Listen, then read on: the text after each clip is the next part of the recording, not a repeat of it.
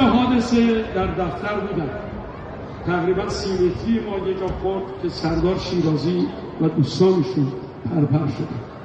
70-80 متری ما جایگاه کار آقا رو زدن که اون اتفاق افتاد. تو این بمباران و موشکباران و هواپیما چند تا بود.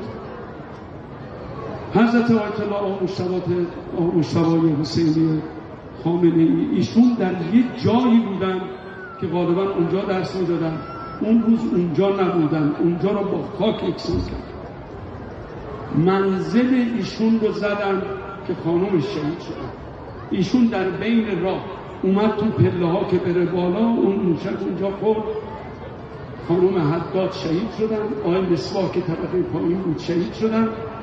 حضرت آیت الله مجتبی بین راه ضربه موج ایشون خورده، انداخته زمین، یه خورده کشکک پاشون صدمه دیده، یه خورده کمرش الحمدلله تو این ایام درست شد. اون کشکک پا انشالله به همین زودی خوب میشن، در سلامتی کامل هستن. توجه، همین هفته پیش یکی از عزیزان که با ایشون دیدار داشتن، اون بحث پیشانی اینا که گفتن اینا همه بی خوده، یه ترک کوچولی پشت گوشش خورده که اما اصلا مشخص نیست و اونم مداوا شده، در سلامتی کامل به سر میبره.